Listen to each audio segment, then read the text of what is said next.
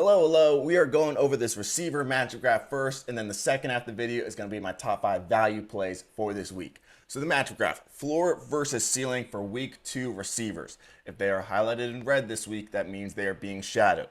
We got the valuable volume rank on the left, meaning not just targets, but including carries, end zone targets, red zone targets, all of that, downfield targets, versus the adjusted matchup rank from last year. I'll mention it if it's not fully accurate for this year, or at least close, because obviously defenses change. But first up, a good example for this high floor, low ceiling is Cooper Kupp. Again, it is compared to themselves. So maybe not the ceiling game that Cooper Kupp had last week, but he had 21 targets, and all 21 of them were first read targets. So his volume, no surprise, is ranked number 1 this week for this weekly volume. But they got the Cardinals. They're a little tough against the slot, a little tough against those tight ends. They're not as good on the outside, so a little harder for Cooper Kupp compared to his normal self. And in the same range, Tyreek Hill, Jalen Waddle, we saw last night. It's a good Bills team, so maybe a little bit lower ceiling for those guys. And it happened, obviously, majorly affected by Tua, but they weren't doing amazing before Tua went down. McLaurin, he's going to be shadowed by Deonte Banks. This Giants secondary isn't the best, and it matches up well for McLaurin. They're going to run less man defense, which would be beneficial if they ran more, but since they have a new defense coordinator, they limited it a little bit more in week 1 compared to last year. But he's going to be shadowed, so it's going to be a lot of man coverage on McLaurin still, at least more than the average. Jaden Daniels is a deep ball thrower. McLaurin is that deep threat, speedster receiver, great route runner, everything, but that is his specialty out of anything, I would say. Very high chance of those big plays this week because Deonte Banks is a good NFL corner. But in terms of fantasy numbers, because of the scheme, because he has to shadow the number 1 receiver consistently, his fantasy numbers are still pretty high despite being a good NFL corner. I wouldn't say he's the Patrick Surtain that we have to avoid. He's more just like a good corner, but we got a good receiver in Terry McLaurin. The next 2 receivers, guys that are right next to each other, playing each other, and they're both playing against elite run defenses, which is great for fantasy receivers. That is Amon-Ra St. Brown and Mike Evans. Mike Evans on the outside, Godwin, not as good of a matchup. He's going to play half of his work in the slot against Brian Branch, now healthy. That's not great for him. Better for Mike Evans. Godwin's still a good matchup, but not as good as Mike Evans, and his volume is obviously going to be better. Amon-Ra St. Brown, last time he played the Bucs, 15 targets, 130 yards. Hopefully we get closer to that than the 6 targets that we saw last week. And then next to Godwin, we got Drake London. It's tough because I know it says they're 31st against receivers. This was again last year. So what did they do? They used their first and their second round pick on Cooper DeJean and Quinyon Mitchell. Boost up that secondary, especially just compared to what they had last year. They still had Darius Slay, and then they go on the road in prime time against Philly. It doesn't look good. Their defensive line, especially in the interior, is incredible. And Kirk Cousins couldn't show that he could move. They were 31st in play calling based on EPA. The Bengals were 32nd. Zach Taylor and Zach Robinson was 31st. Part of that, I would say, is because they were insanely predictable. I don't blame them because you kind of had to be with Kirk. Basically, every single time that they were in pistol, they were throwing. If they weren't in pistol, they were running. And that's okay to do week 1, like they have to see from the box and change mid-game the defense. But now the Eagles have that film. They know. It's not like I know and the Eagles don't know. They know that. You can't really do that again in week 2 with Kirk Cousins. That's what really scares me for London, especially on the road in a primetime game for Kirk Cousins, adding in the Achilles injury. Looking over at Ridley, the opposite side. Rough matchup last week against the Bears and Jalen Johnson, and now he gets even worse with the Jets. Last year, second best defense versus receivers, had 7 points per game better than the average. The Jets were at 14. They were 2 times better than any other defense in the NFL. So I know Hopkins probably won't play. Volume technically makes him a higher floor play according to the graph, but a lower ceiling for sure. And then that low floor, low ceiling area, Thomas Jr. and McConkey. They were great. I love both of them. It's just tough because Carolina's second against receivers. They're good against the slot as well. And even though they scored 50 points last week on the Saints, their receivers didn't do anything. And it's just partially because they didn't do anything in the second half. You can run on them, the tight ends, everything. So it's a tough play for McConkey because you can't really count on good volume, especially in that passing attack. And you can't count on too much in terms of production, especially in the second half, if it is somewhat similar game script to last week. Thomas Jr., similar. The strength of this Jacksonville passing game, at least now, and experience base, is in the inside. and the Cleveland outside corners are really good. Denzel Ward is probably going to be on him about 60% of the time.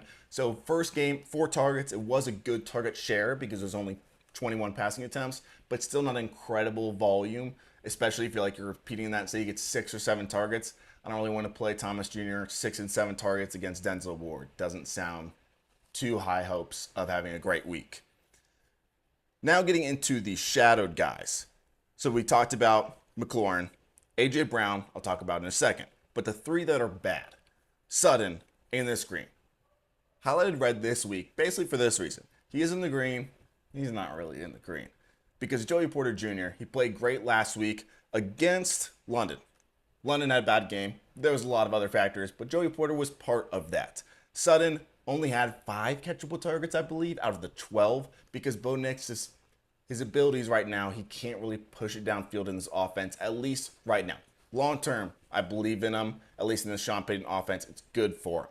But Sutton is a downfield threat. He's that end zone target guy. So it's not ideal for him, especially when he's going to be shadowed by Joey Porter Jr. Metcalf, after being shadowed last week by Surtain and scoring like 6 points, he's got Christian Gonzalez, who shadowed Jamar Chase last week. Jamar, not the greatest game, only about 12 points, and this whole Bengals offense was horrible. But he was definitely part of that. A first-round pick last year, hasn't played much, but when he has been pretty dominant. So I don't love it again for Metcalf. I would say he's the best out of these 3 guys, though. And then Pickens, who DK Metcalf had last week, Patrick Surtain, is on Pickens. Hate that, just because Surtain is extremely good, and you also have Justin Fields. So Pickens did great. He shocked me last week with his ability with Justin Fields there. I think 80 yards on about 6 catches. But I don't love it this week. And then we get to A.J. Brown.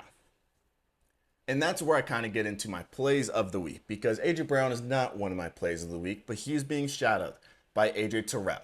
And when he is being shadowed, DeVonta Smith is not being shadowed. So last week, Alexander didn't shadow them. He was kind of 50-50 on Smith, on A.J. Brown. Really good corner. So A.J. Brown's fine. Like, he has a high floor, just a lower ceiling, because A.J. Terrell is going to be on it. But that leaves DeVonta Smith in this new slot role. So then we look over at the matchup graph for DeVonta Smith. Most people will see the 5. Atlanta was really good against receivers last year. But how much does that matter when they were 22nd against the slot? And 75% of his work is going to be out of the slot. That is the main reason why I have him as a B+. So D. Alford is going to be the main guy on the slot. Mike Hughes will be on the outside, but D. Alford in the slot, 75% of the time, will probably be going against him. He only has 5 career starts. He's an undrafted guy.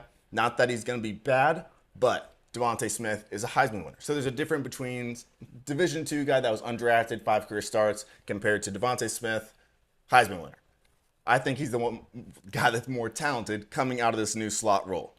The second of 3 receivers in this value part of the video is Deebo Samuel. At first glance, overall pretty good. 28th against receivers. Stephon Gilmore on him, that's not ideal. But also for Deebo, his primary cover corner doesn't matter as much, because the way they use him, he's in motion, he's running the ball, it's design work. So much of it, it's it doesn't really matter who's guarding him. He's not going to be there anyways. The other reason I like him is the coverage. Last week was a bunch of man coverage, which wasn't ideal. The Jets are really good, and on top of that, the scheme doesn't really line up with Deebo. Minnesota is 5th in zone percentage, at least last week and last year, and they play a ton of 2 high safeties. First, last week, in terms of 2 high safeties. That isn't ideal for Brandon Ayuk. For Deebo, it's perfectly fine. And lastly, he had 8 carries last week. If you're saying oh, Joel said he didn't do good against the Jets, he had 18 fantasy points. Yeah, because he had a rushing touchdown and 50 rushing yards. That's why he was good, not because his receiving. He only had 50 receiving yards. But he had 8 carries, and that was not by accident. It's because there's no CMC. So I expect another around 8 carries. They were using him in the backfield. It wasn't like it was just jet sweeps or trick plays, whatever you want to say, that they usually get Deebo involved in. It was 8 carries, and it was out of the backfield. So zone, good matchup in general.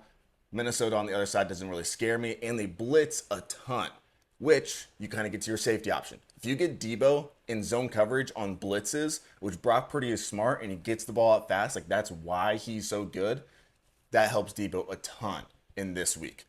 The third receiver is Nabers, and I try not to give out A+ weekly even, but look at it.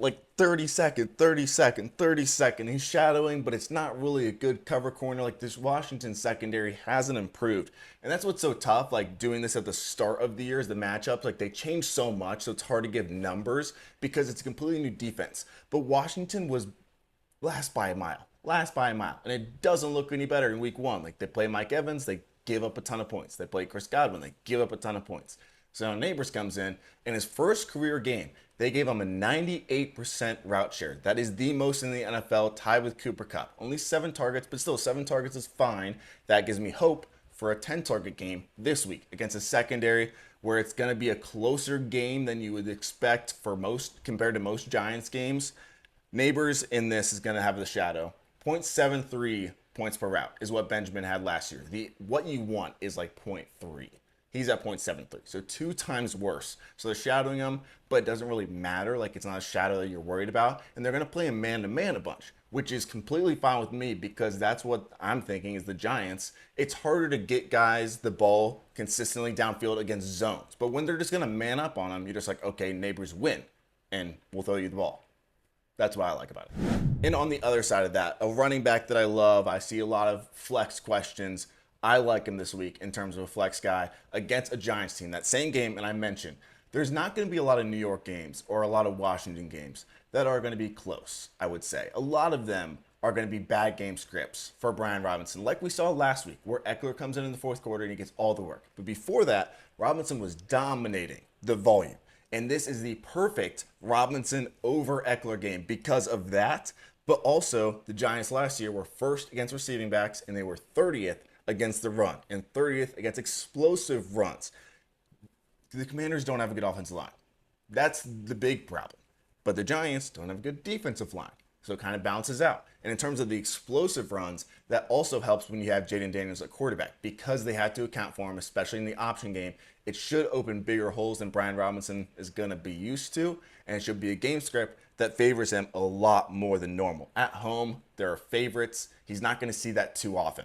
And lastly, a quarterback, Justin Fields. And I know I just said Justin Fields isn't good for Pickens. That can be true, and you can also still start Justin Fields because 2 different rushing things and passing. Surtain is like the Lamborghini outside of the horrifying looking house. They're still 28th last year in passing defense. They're horrible, and we saw that against Fields last season. What do we see from Fields every week? We see 150 passing yards and 1 touchdown. And then he plays Denver last year, and he has 335 passing yards and 4 passing touchdowns. I don't know how it happened, but similar could happen again. Not saying 4 passing touchdowns at 330 yards, but maybe 202. And then you get to the rushing. 2 different things. Man defense. Denver played a ton of it last week, the second most in the NFL. If Fields goes against man defense, he's going to take off and run. Backs are turned. Scrambling quarterbacks are great in terms of fantasy when you're playing against man defense. Amazing for Fields. Second, I know it says 4th against rushing quarterbacks, but they were 32nd against running backs. And Fields, not saying he's a running back, but at the same time, more than any other quarterback in the NFL, a lot of that rushing is from design work. So more than most quarterbacks, it's going to be similar to the running back stat than it actually is to the quarterback stat. If you're watching, like and subscribe if you enjoyed it. If you didn't enjoy it, block me. I don't know. But thank you for watching. See you guys soon.